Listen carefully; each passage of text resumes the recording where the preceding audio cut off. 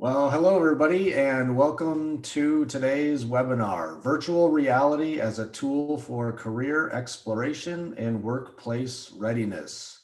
Today's webinar is sponsored by Burlington English, and we have Robert Breitbart here with us. He's going to say a few words. Robert? Thank you, James, and thanks to Sharon, all the Bonnies, and to all of you good folks who do all the hard and heavy lifting at COA. Really appreciate all of your hard work. It's been such a pleasure for so many years, James, to have partnered with these great webinars. And so I'm especially looking forward to today. I've had the joy of watching Erin's presentations in the past, and just some really, really neat cutting edge stuff. And for those of you who are, whether you're new to Burlington English or whether you're familiar, you've used us for a while, it's so neat that you're interested in such a cutting edge topic like this. And of course, you know that with Burlington English, that whether your programs are back on site or a portion of what you're doing is back on site, and my dog's even so excited that we're getting even into blended learning between the two of them. Just know that what you use with Burlington English, regardless of where you're teaching, the same projectable lessons allow you easily to pivot between the two. And then I think what's so fantastic with getting our adults involved with all the learning is that everything that they're doing with their teacher in a synchronous environment is what's going to be perfectly blended asynchronously. And when we're talking about virtual experiences here, what I love is that you can take your students on a career pathway journey with Burlington English, have them meet with a virtual career counselor, if you can't bring them to a job fair, have a virtual experience and bring the job fair to them, as well as knowing all about this really cool workplace emphasis and career emphasis that we're finding with adult education, having those students identify those jobs that they'll be able to enter into training, whether it's now or in the near future.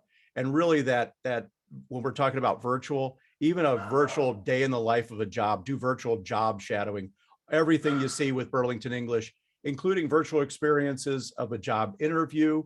And even once they're on the job, not just to be able to, the virtual experience to get that job, but to keep that job. And of course, all of this is done on all of the devices that you see, everything that students or you would want to use. So do hope you enjoy this great webinar, and look forward to seeing you for more information at burlingtonenglish.com. From my dog Oreo and myself, have a fantastic webinar here. Thanks, James. Robert, thank you so much. And thank you, Burlington English, for your support and your sponsorship. Without your support, we wouldn't be able to offer these webinars to our members. So we're grateful. Thank you very much. All right, so today's presenter is Erin Vobornick. She teaches ESL and career exploration bridge classes at Elgin Community College in Illinois. She is also part of COABE's State Advocate for Adult Education Fellowship Initiative. Erin aims to impact adult learners through strategic and creative approaches to digital literacy, career exploration, linguistics awareness, and advocacy. So please say hello by typing your name and where you're calling in from today in the chat box. And if you have any questions during her presentation, you can submit those to the Q&A box. And with that, I will hand it over to Erin. Thank you.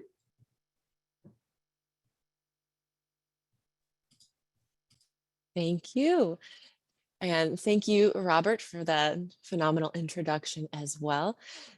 So I just want to start by thanking everybody for spending an hour of time here with me today. I know it's that time of year and just that time in general where finding an hour to carve out can be a challenge.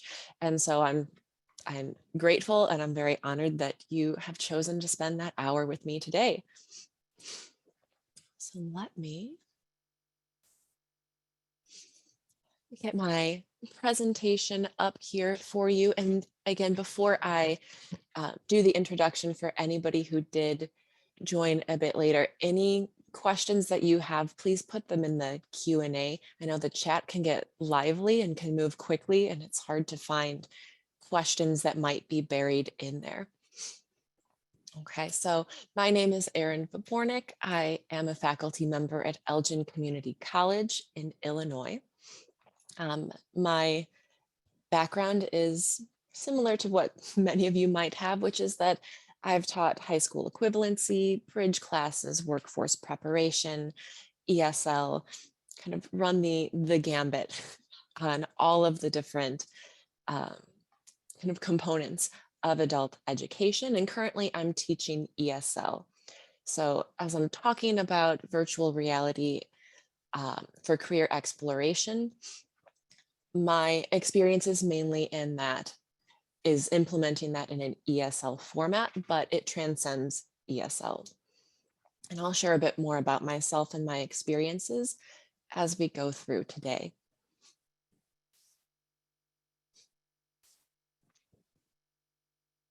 So always the teacher, I like to provide a schedule, kind of a breakdown of what I'm going to talk about. And I will try to balance answering questions throughout as they pertain to the content, but at the end, I'll open it up for all questions that you have. So I'm going to talk about why virtual reality to begin with. What are the options? How do you use this for career exploration? What are some considerations you need to take into account? How do you use virtual reality if you're fully remote or virtual? And lastly, what is the future of adult education and virtual reality?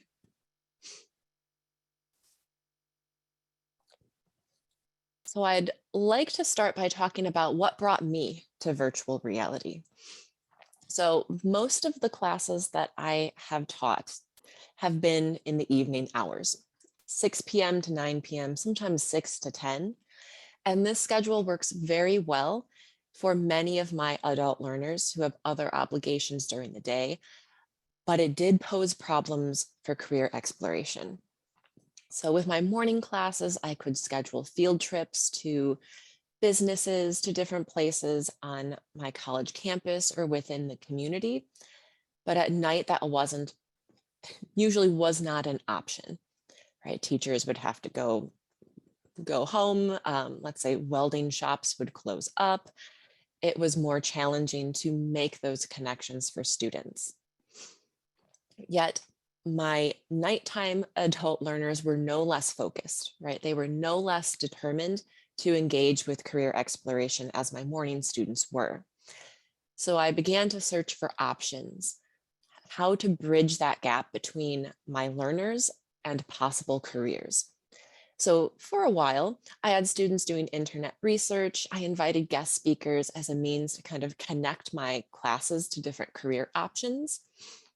Now, those are great strategies, but they came with some downfalls. So internet research isn't always super engaging, no matter how much I tried to sell it. And the bigger challenge with guest speakers is I just couldn't secure guest speakers for every field that my students were interested in.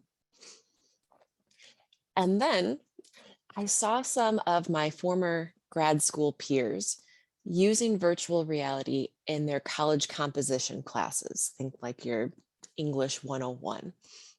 And I thought, how could this technology benefit my students? How could I adapt it and use it for my adult education students? So I know everyone comes to class with different needs and different barriers, but virtual reality now it's been more than a few years that I've been using it, has helped to eliminate or diminish some barriers. So you'll see 4 of these up on the screen, and I'm going to talk through them.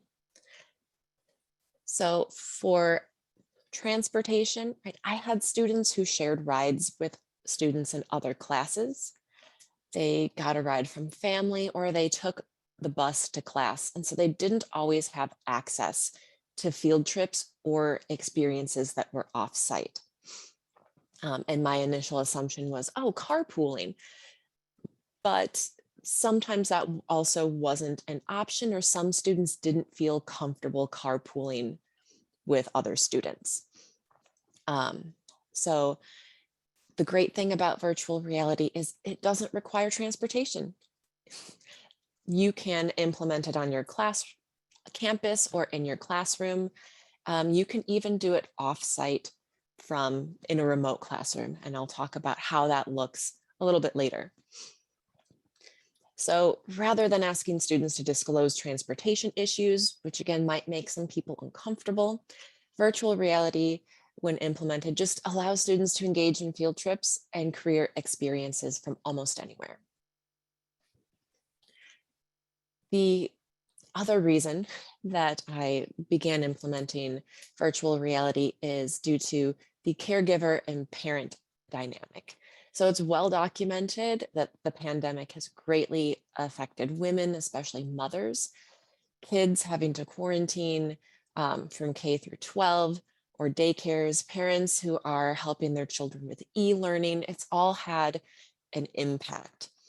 And of course, our adult learners who are caregivers for other relatives, aging relatives, ill relatives, it has impacted them as well.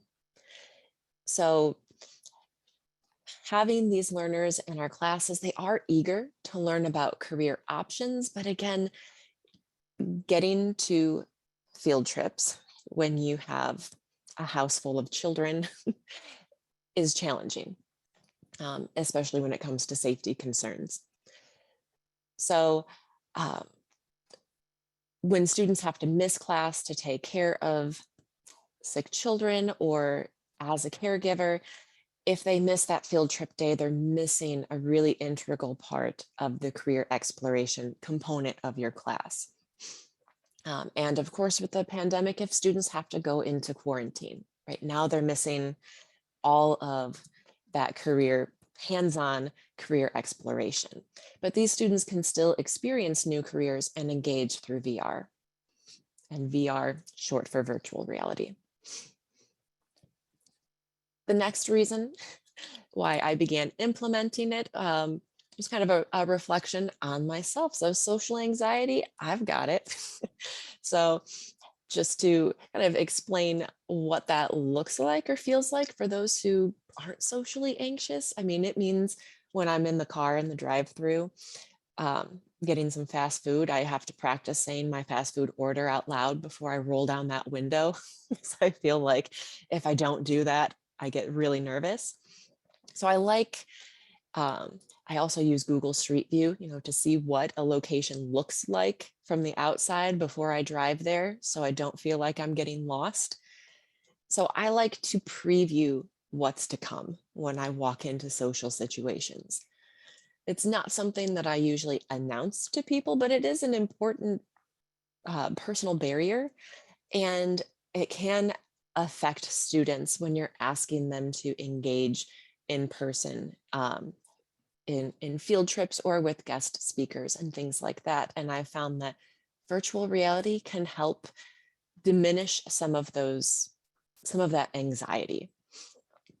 So you can help to orient someone to what that welding lab looks like in a virtual format before you actually go there in person for a field trip, right? They can look around, they get a lay of the land, they know what to expect, so that when they are there, they're not too nervous to engage. And then lastly, linguistic support. So our students, not just English language learners, can benefit from the linguistic support that VR can provide. So I'll use the welding lab example again. Seeing that equipment, looking around as if you're there, naming the items you see is vocabulary practice. And for many, much more engaging than clicking through a PowerPoint that has static images of tools. So this is my experience with VR and how I envision using it as I continue to grow as an educator. But I want to take a moment now to point us to some research. What does research say about virtual reality?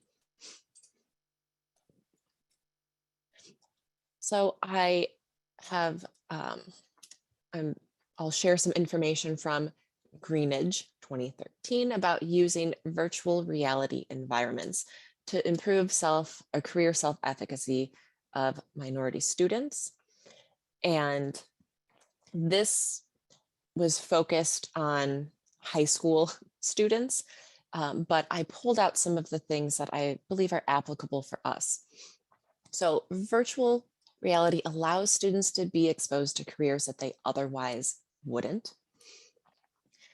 The big one here is it eliminates the risk of on-site safety concerns. And I think that the meaning of this in 2013 is very different than the meaning that it takes on now. Right? The safety concern of asking to have students walk through a welding lab, asking a local business to allow you to do that, right? The safety concerns, they think, ooh, I don't want anybody getting hurt and me being liable for that. Now in the pandemic, it takes on a different idea as well of maybe it's difficult to ask local businesses or even within your community college to have guests walking through a space. They might say, we don't really want anybody other than the students registered in this class, and we don't want anyone other than our employees in this area because we don't want to risk anybody getting sick and shutting down our entire business. One quote from the article says, according to Gifford, 1991, gaming also facilitates interaction as users tend to experience computers as partners in learning. They relish this non-hierarchical relationship in which the roles of teacher and student are blurred or altered. So virtual reality, even when used for career readiness, has a kind of gaming feel to it. And as that quote shows, it kind of takes the teacher out of that hierarchical role, and it allows the student to interact with a virtual landscape. So it's probably no surprise that there's not a lot of published research yet about virtual reality and adult education programs, but I don't think that's going to be the case for too long though. So with so many virtual reality options, a variety of price points, which I'll talk about in just a minute, and tech savvy required, I expect there's going to be more coming on this front. And judging by how many of you came and are interested in it, I imagine we're going to make a big impact in our field by trying this out, by doing research on it and engaging in it.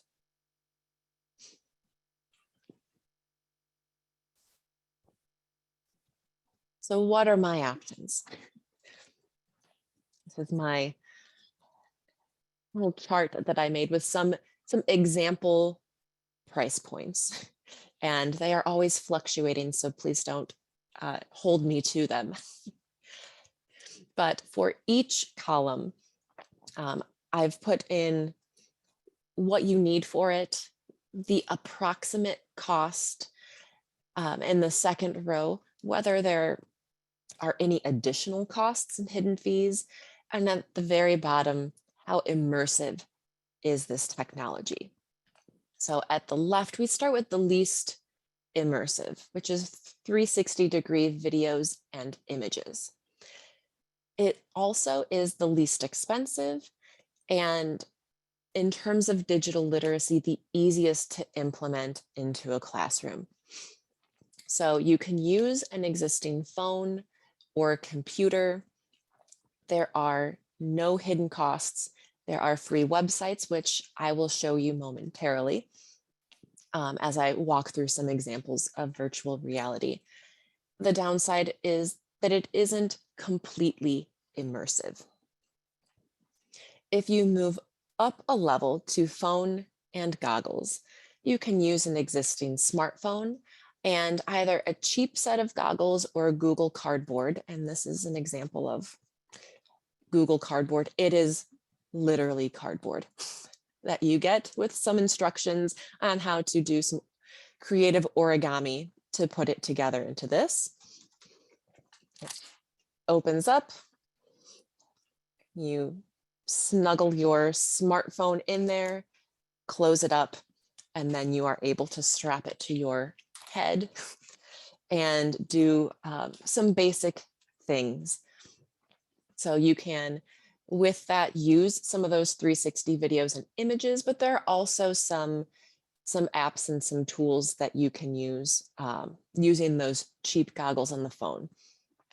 I will say, however, that in my time using Google Cardboard and the cell phone apps, there has been less and less support for them. It seems as if there is a shift in either direction. So a shift on to just using those 360-degree videos and images, or to moving to the standalone goggles. Some of the apps that I had been using with students no longer function anymore. They don't get any updates, and so they are essentially unusable. So, oops. So there are some options there, but not too many. Again, it's not very immersive, more so than holding your cell phone in front of your face, but not by much. So if we move into standalone goggles, we're getting to a higher price point, jumping from the $30 range up to now at $300 plus. So an example here is Oculus, is a pretty well-known name in virtual reality, owned by Facebook. They have career-focused apps. They do require a subscription. So it's not just the cost of purchasing the goggles, it's the cost of the subscription on top of that, based on what it is exactly that you're looking for. And I do make a little note here that anything with Oculus does require a Facebook account to be connected to it, which just brings into, for students who might be very concerned about their privacy or try to stay off of social media, they might be concerned about what's being gathered about them. But it is immersive and it does have great graphics. If you really want to dive headfirst into virtual reality, but you want it to have like the amazing graphics, as if you are sitting there on that beach, you can go with goggles and a computer. So These goggles are obviously far more expensive at upwards of $600. They go even higher than the $800 mark shown here, but it does require a gaming level computer. And for those who are unfamiliar what I mean by a gaming level computer, these are laptops that are over $1,000 because they need to have the memory and all of the specs to really make this work. It also requires a subscription on top of that. So the one that I have been using and I have been gravitating toward more and more is the 360-degree videos and images. And I'll explain why. I'll give resources and everything about some of the more high-tech and expensive options, but I'm going to focus a bit more on the 360-degree videos and images. So I'd like to start, before I even get into this, this slide, show you some examples of what 360-degree virtual field trips look like. So these are free or low-cost options that don't require you or your students to have advanced digital literacy skills. So I'm going to share up on my screen and hope that I am sharing the actual. I always have to do a double check. Perfect.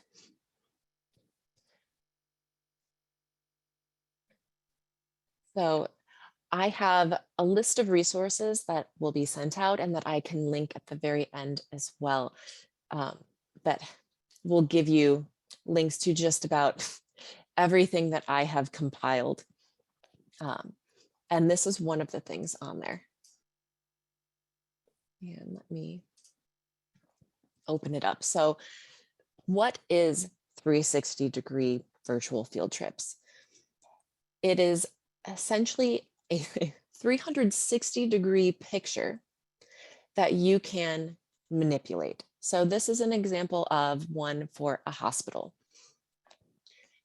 On a computer, you click with your cursor and you pull. So you pull down to look up, you pull up to look down, and you can spin it around.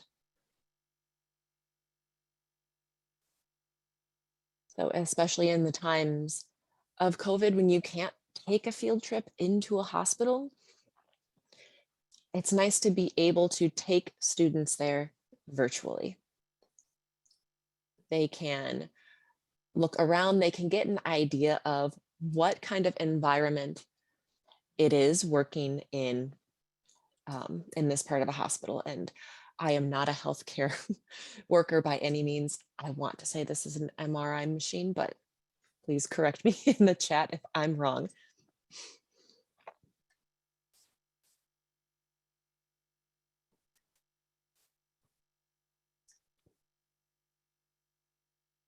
So before I move on to how exactly I use this, I want to show you an example of what a 360-degree video looks like. So these are two different things, the image and the video. And as I said, I have all of these linked up for you.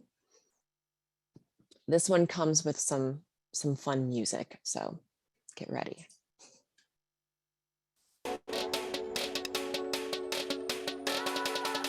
I'm going to turn that music down so I can kind of walk you through. It looks like a video, but just like the image, at any point I can click and I can turn it.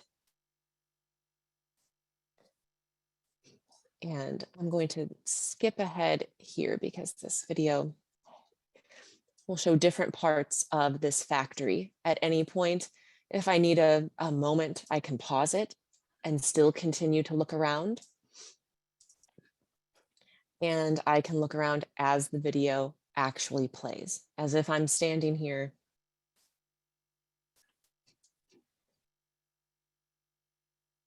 Oh, there are people right there. So it is a great way to, again, to give students the experience of being there without really being there.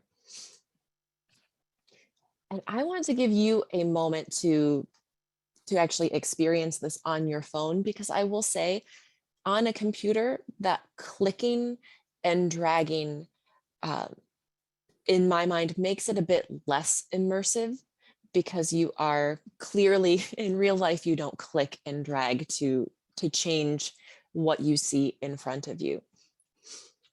These same images and videos on a cell phone, though, you don't need to do the click and drag option. You hold it up and you move your phone from side to side. It's great if you're in a swivel desk chair right now. You can actually swivel and the image changes as if you are there looking around. So I'm going to bring up a large QR code on the screen here for you. And if you're unfamiliar with QR codes, to use this, you open the camera function on your phone. You hold your phone up in front of the QR code, and there should be some pop-up that will show up on your screen. It might, for this one, it might say YouTube, and you click on it and it will open up the video for you. So I'm going to give you a minute to open up this 360 video about mold making. You don't need to watch it or learn what mold making is, but I'd like for you to try shifting that cell phone around. And if you are joining us today on a cell phone, don't worry. Again, all of these links will be made available to you so that you can explore whenever it works for you. And I see a great question in the chat. Linda, yes, some of these 360 tours do provide narration. So the one that I was showing didn't have much narration in it, but I believe this mold making one, if you have the volume on, gives an introduction to the company.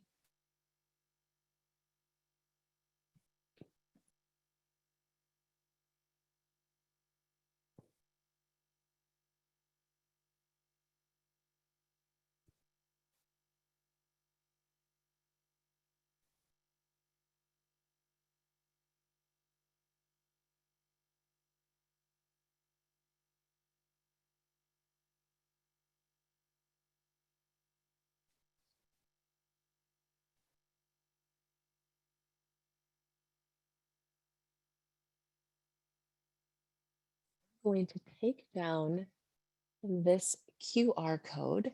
If you couldn't get it to work, again, all of these links will be available for you.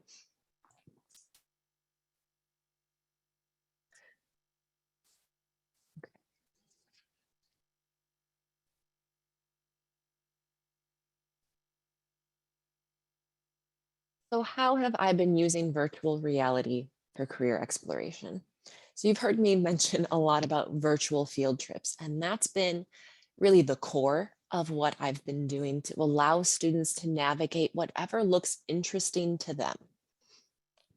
And you can see just from the difference in the medical building or the hospital, the kind of the environment, how sterile it is, clearly in the hospital format, compared to what it looks like in a factory. And it allows students to, I'll ask students to kind of reflect on what they gravitate toward and why. You know, do they like that open space where there's lots of machines and things happening around them? Maybe they thought they would like to go into that field, but when they actually get a look at it, they're thinking, I don't know, that might be too busy for me, that might not work for me. I also use it just as a way to get conversation going. And as I mentioned before, to talk about vocabulary, to be able to, I taught an industrial arts bridge course in which the students in there were interested in industrial arts. So we could dig a bit deeper into that one, into the career paths within manufacturing and industrial arts. So we were able to identify some of the tools and machines that we saw. You can, as I mentioned before, also use it for previewing a space that students are going to actually go visit. And I'll talk, I think briefly in the next slide about how you can actually do this yourself, how you can create these videos yourself if you're thinking, these are great, but they don't really fit what I need. You could use it for soft skills. So you can have students practice answering interview questions, but instead of answering those interview questions with a classmate where they know each other, they're comfortable with each other. And let's be honest, that's not how we usually feel when we walk into a job interview. You can have them sit with some VR goggles and have a video where there's somebody interviewing you and they ask a question, there's wait time and you need to answer and you feel like you are there doing your practice. It takes you out of that safe space of the classroom and gives you a way of practicing. Not really in front of other people, but you feel as if you're in front of other people. So students could practice common interview questions with different people in the room, with different reactions, personalities, body language. And it gives a great opportunity for you to then ask, how do you think that interview went? So one of the things that I am working on is to actually make some of these 360 videos as if somebody is in a job interview with 2 or 3 people interviewing them with that different body language and different reactions, because that's a great way to talk about nonverbal cues, body language, personality, and to be able to, for students to reflect on how did it go? Even though it'll be stagnant, they could give the most amazing questions, the person might still have an adverse reaction, but it gives them an opportunity to do that practice. So lastly, with a whole lot of money and some great wraparound services with our Title I friends, there is the opportunity for a much larger investment in skills practice. So there are actual virtual reality skill practice programs and companies that are focused on those technical skills. And as if social media has been listening to me prepare for this webinar today, LinkedIn just popped something up for me about how a community college in Maine has done this with welding, using virtual reality for students to practice those skills while outside of a welding shop. So in the resources page that I will share at the end, and that will be sent out with the recording, I've included an example of this on my research page, but I do want to state, and I have it in there, I've never used it, right? I do not have the finances to do it, and I don't teach a class currently that would make that a worthwhile investment. So I can't speak to its effectiveness, but I did want to share an example of what a large investment option looks like.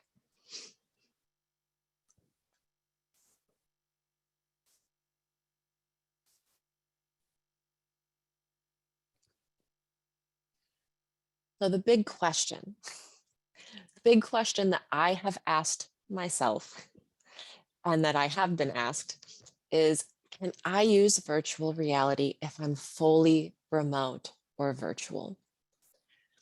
So I'd love to hear in the chat if you are still fully remote or or virtual at the moment.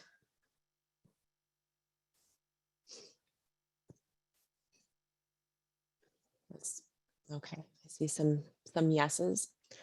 And so even if we're thinking about the kind of the future of what our classrooms might look like, whether they're going to be hybrid or high flex, all of the options that I'm sure programs are considering and states are considering, it's likely that virtual and remote is going to factor into our teaching somehow.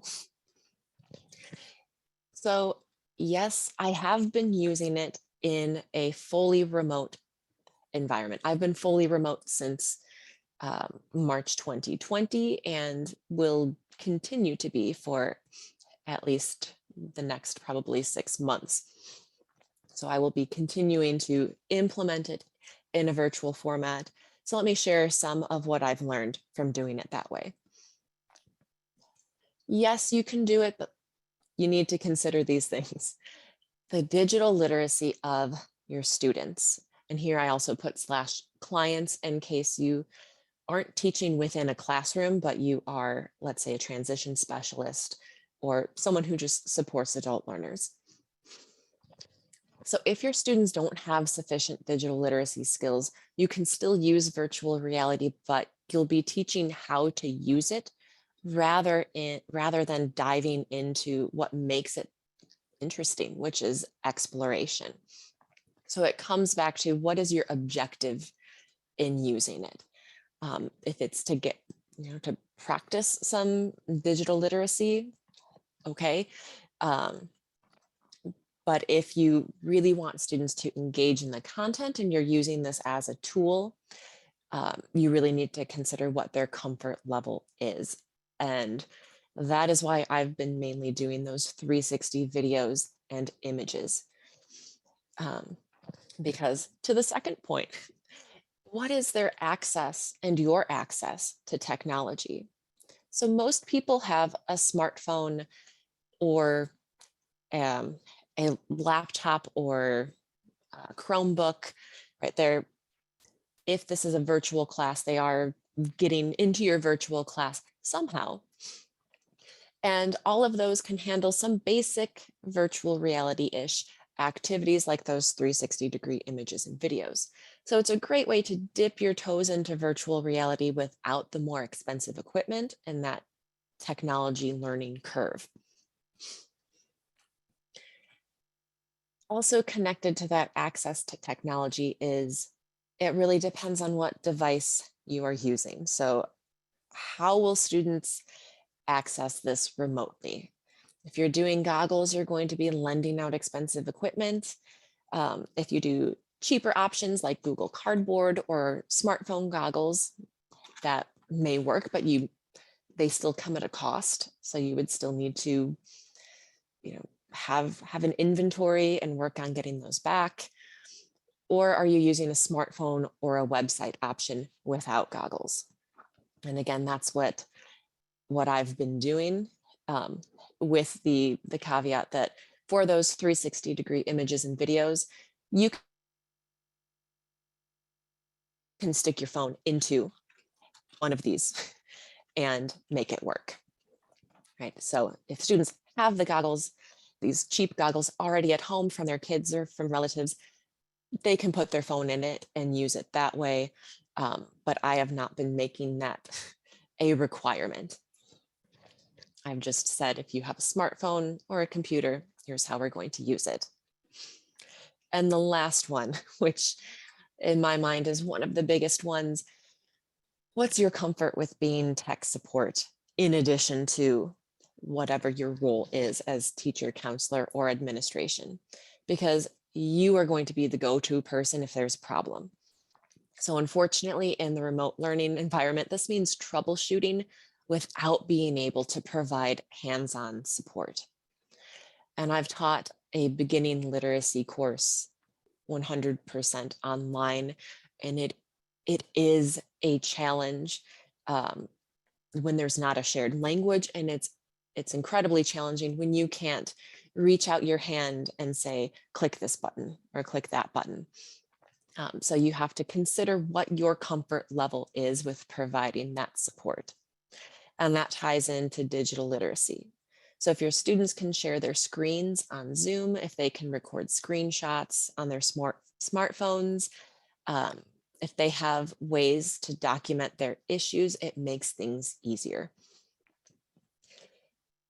So my end advice on this screen, in case you're thinking, oh, you're talking me out of it, Erin, is that it is 100% worth it, but be prepared to be flexible and don't give up after the first roadblock.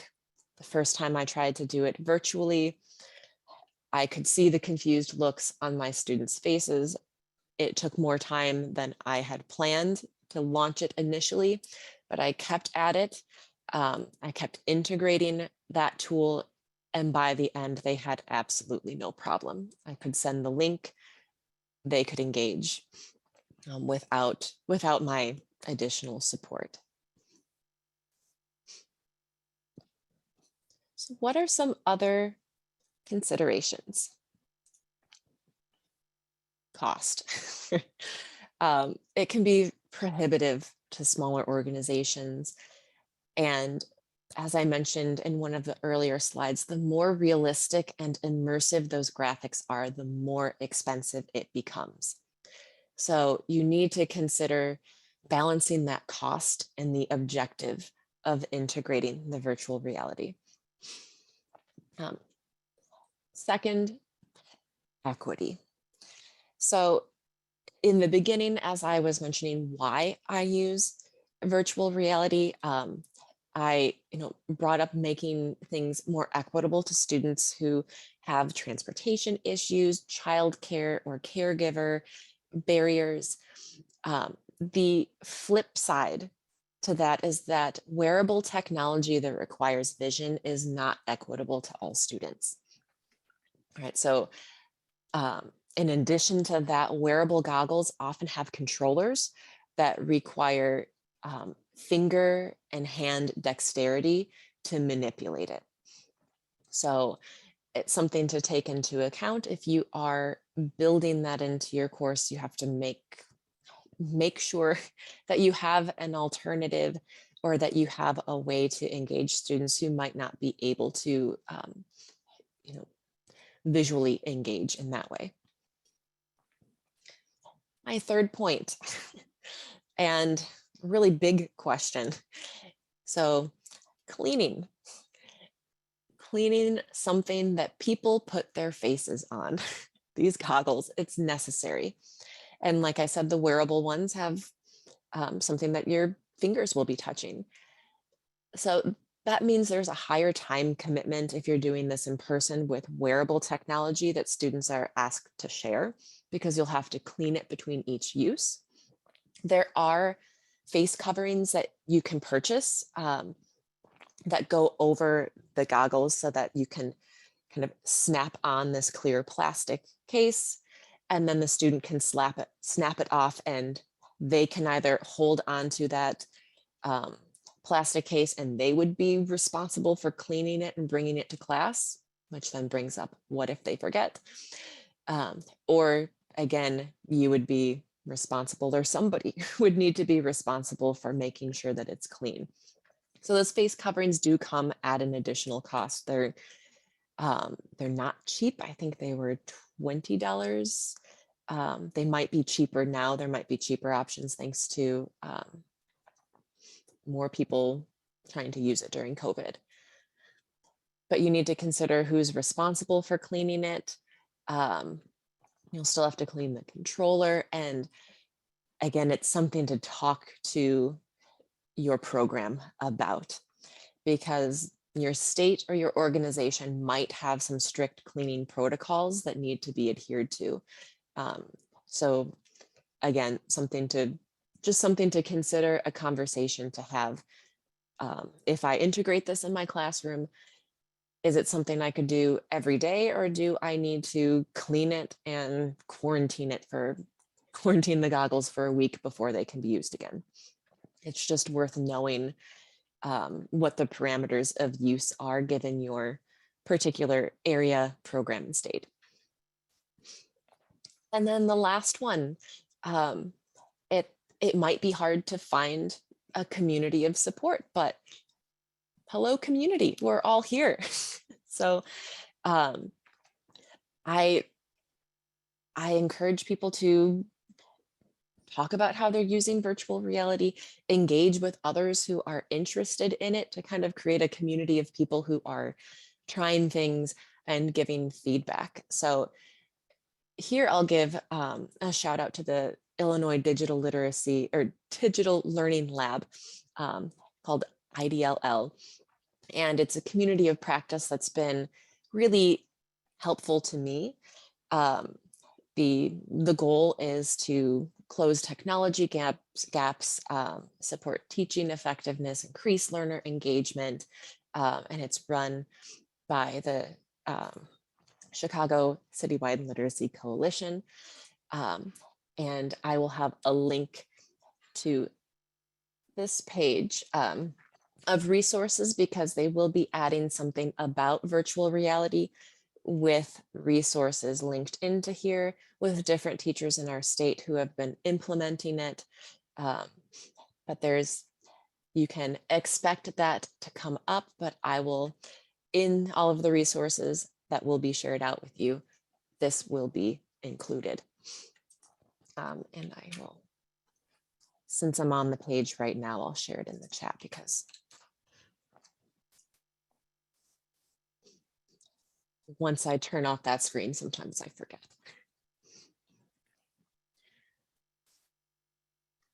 So what is the future of adult education in virtual reality? So as I mentioned, there are already, I already know of teachers and programs who are using it in Illinois, and the Illinois Digital Literacy Lab that is helping to push this initiative further. But there's so much potential. And I know there's so much that I haven't done with it that others have, and potential that I haven't even seen in it that perhaps many of you have experience or perspectives on. So again, focusing on those 360-degree videos and images, they can be used in a variety of classes beyond career exploration. This is focused on career exploration, but I have also used it in beginning literacy ESL classes where students look around a room in a house and try to identify furniture and appliances for vocabulary practice. There are virtual museum trips where, let's say, an ABE social studies class could virtually visit an important American landmark. So it provides increased opportunities for inquiry and exploration in what, especially at this moment, might be a pretty sterile classroom, or for students who are at home without transportation. So what are the logistics of creating your own experiences? Because as I mentioned, let me share the link to my resources right here. Oh, darn it. So that you can access this document right now as I'm kind of chatting through it. The link of all the resources with these different 360 websites that you can use, like 360 Cities, and I'm not sure how to pronounce this, Pixikid, and I've linked some of the career exploration industries that you can click on. It'll take you directly to an image that is within that industry. But a lot of it is focused on experiences outside of careers. So how do you personalize it for your area, for what is needed in your area and for what students want? So you can actually create your own virtual reality 360 content, just like the image that I showed you, just like the video I showed you, using some specific camera / recorder. So GoPro Max, which is like usually in the $400 to $500 range, depending on when there's a sale. There are others that are in that same price range, but what they can do is they take 360 videos and images so that you can create your own experiences. And as I said, if your department, if your program is looking at it as an investment across programs, right, virtual reality is beyond just career exploration. But it could also be, again, a great way for students to get a look inside local businesses or local industry where there is a great need for workers, for skilled workers. These images can be shared for free on platforms like YouTube. 360 videos can and images, I know the images at least, can be shared on Facebook as well. And Facebook has taken a pretty pro virtual reality stance. So I would imagine there's going to be more and more opportunities for free hosting for these images and videos. So again, this is something I'm going to be investing some of my time and my resources into as a way to kind of share these resources for free with other educators. Again, keep an eye on that Illinois Digital Learning Lab website for more information and resources to get shared out. So it's a hobby at the moment, but to kind of take us into the end here, I would love to connect with anybody who shares that passion for trying something new and innovative in the classroom, trying virtual reality, implementing it, and sharing your success, or hey, I'm willing to share my failures if you need someone to bounce ideas off of. I love connecting with people in the field. I am very connected to my email, so feel free to email me. I'm also really easy to find on LinkedIn because there are not a lot of Erin Vobornicks on there.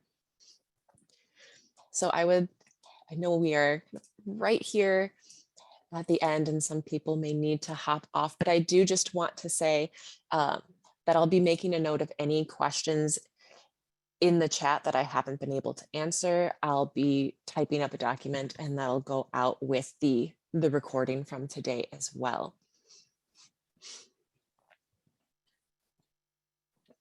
Okay, so I will, and I'm going to share that link once more in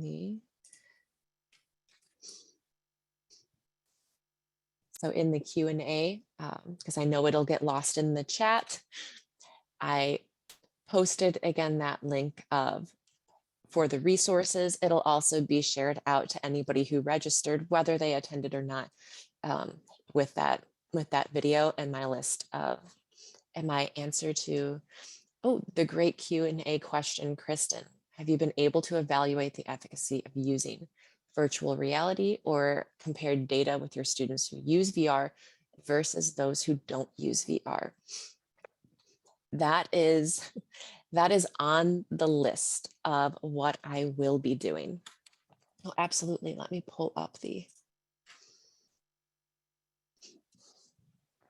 Okay. So Kristen, absolutely, that is on the list of what I will be doing and implementing in the spring semester. And I will share out when I get that data.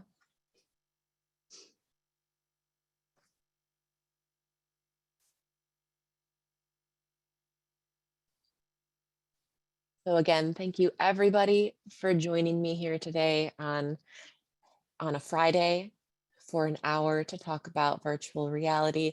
And again, feel free to reach out to me if you have any questions. Erin, thank you so much. That was an awesome presentation. Really appreciate it. Robert, thank you for sponsoring today's webinar. You want to say goodbye to everybody before we go? Just thank you all so much, Erin. I'm excited. Give me the students. Give me the students. And for those of you, if you don't have all of Erin's, all the tech all set up and everything, just know with Burlington English, you can do so much of, again, bring that experience into wherever you happen to be teaching. So happy Thanksgiving to everybody. Great job, Erin. That was fantastic. Thank you, James. All right. Thank you so Wow. much. Thank you, everybody, for joining us. Thank you, Erin, again. And I hope everybody has a great holiday, great weekend, and we'll see you again soon. Thank you. Cheers, everybody. Be well.